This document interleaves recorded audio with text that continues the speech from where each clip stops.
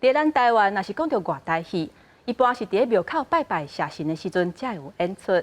即马国立传统艺术中心为着要互民众伫平常时嘛看会到精彩戏剧，即马当伫全国推动重现民间剧场的计划。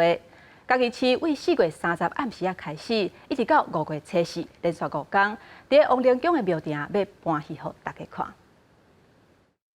一条丢，一切在3元一地。庙埕的舞台顶起鼓伴身，嘉义市王灵宫的庙埕闹热的气氛，好像就是新明生同款。为着要互民众伫平常时嘛当看到野台戏，庙方配合国立传统艺术中心，连续5天伫庙埕播传统戏剧。这次传艺中心也是文化部支持的，希望传统戏剧传统能够开枝散叶，就能够扎根。一寡个传统文化吼，甲这个地方的戏剧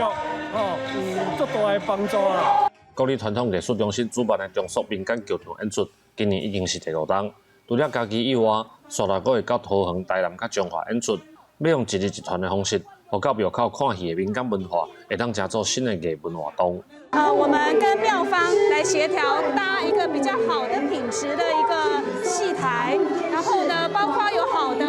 灯光、好的音响，把整个演出水准提高，然后呢，透过一个有品质的演出团队跟演出现场，吸引民众回到庙口来看戏。真好啊，会当互歌戏继续演传落，啊无一寡少年仔拢唔知影，安尼真好啊。王灵宫表示，去年配合建庙100年，就有向文化部来申请这个演出。落尾因为疫情取消，今年总算成功邀请因来家己，希望透过全国性的戏剧表演，替地方公庙带来文化传承的意义。记者林慧婷家己报道。